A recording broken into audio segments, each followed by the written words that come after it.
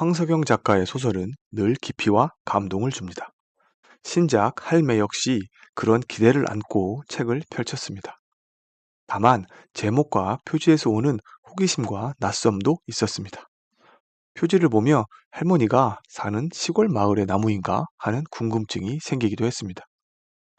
책은 자연의 거대함과 생명의 나약함, 그리고 사소하지만 감동적인 연민으로 가득합니다. 지구라는 거대한 공간과 시간 속에 수많은 생명들은 태어나고 사라집니다. 그 안에서 저마다의 자리를 지키며 치열하게 살아가면서요. 괜찮아. 너는 그 자리에 씨를 뿌렸을 테니 봄이 오면 다시 만날 수 있을 거야. 책의 초반부에는 한 편의 다큐멘터리를 보는 것처럼 우리가 상상하기 어려운 거대한 시간 속에 새겨진 생명의 단편들을 담고 있습니다. 늘 우리 곁에 있었지만 잊고 지냈던 새와 나무들, 육지와 바다의 생물들, 그리고 하루살이까지 모든 생명의 생생한 모습이 펼쳐집니다. 어린 팽나무 싹은 여름이 되자 묘목으로 자라 가냘픈 가지와 잎사귀가 틔우며 바람의 팔랑이었습니다. 바람과 햇빛, 물안개와 가랑비, 폭풍까지 견뎌낸 어린 팽나무는 다시 겨울이 찾아오자 삭풍 속에 꽂힌 메마른 작대기처럼 죽어버린 듯 보였습니다.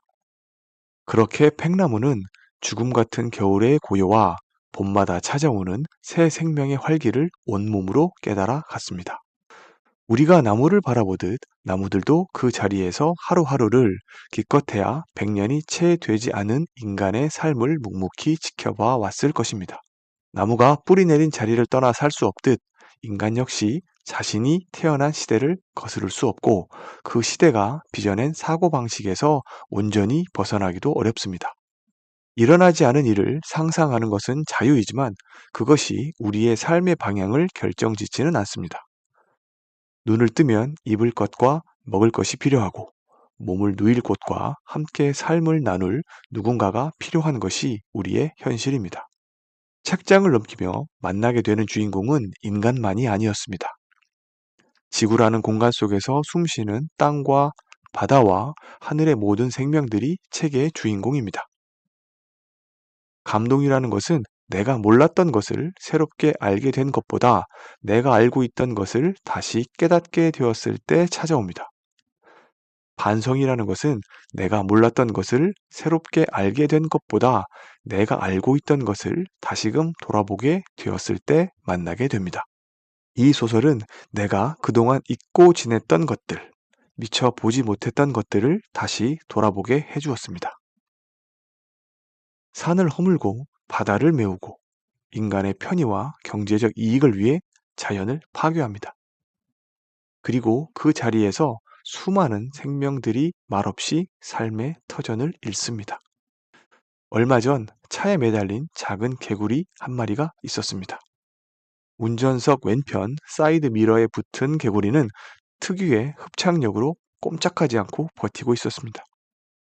이미 시동을 켠 나는 곧 시속 80km가 넘는 속도로 달리기 시작했습니다. 좌우 차들이 빽빽했습니다. 멈추기엔 이미 늦었다고 생각했습니다. 개구리는 한 번도 경험해보지 못한 속도를 버티기 위해 안간힘을 쓰고 있었습니다. 어떡하지? 곧 떨어질 것 같은데? 그런 생각에 스치는 순간 개구리는 거울에서 떨어져 나갔습니다. 짧은 순간이었지만 차의 속도만큼이나 빠르게 뒤로 사라져 갔습니다. 그 개구리는 어떻게 되었을까? 책장을 넘기는 내내 그 장면이 머릿속에서 떠나지 않았습니다. 이 땅에 살고 있는 수많은 존재들에게 건네는 따뜻한 위로라는 책 표지의 문장을 보며 더욱 부끄러워졌습니다. 저는 삶이란 잠시 머물다 가는 순간이라고 생각합니다. 그래서 특별한 의미를 두지 않습니다. 예컨대 신이 우리를 위해 존재한다거나 우리가 죽어서도 영원한 삶이 이어질 것이라는 기대 같은 것 말이죠.